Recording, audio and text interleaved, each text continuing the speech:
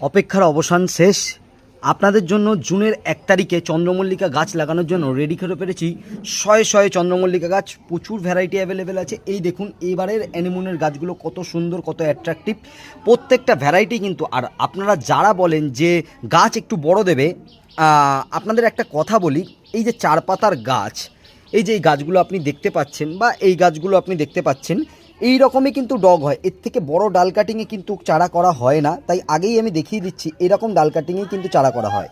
এইবার আরেকটা কথা বলি, যারা আগে বেশ কিছু চারা নিয়েছিলেন তাদের অনেকের চারা হয়তো 2-1টা করে নষ্ট হয়েছিল বা বেশ কিছু নষ্ট হয়েছিল কুরিয়ারে যাওয়ার ফলে। প্রচণ্ড গরম ছিল সেই সময়, কিন্তু এই মুহূর্তে চারা নিলে আপনারা কিন্তু ভালো করে জুনের 1 তারিখে লাগিয়ে ঠিক 7 মাস পেয়ে যাবেন গাছটাকে তৈরি করার জন্য। আর এই মুহূর্তেই কিন্তু সঠিক সময় চারা লাগানোর।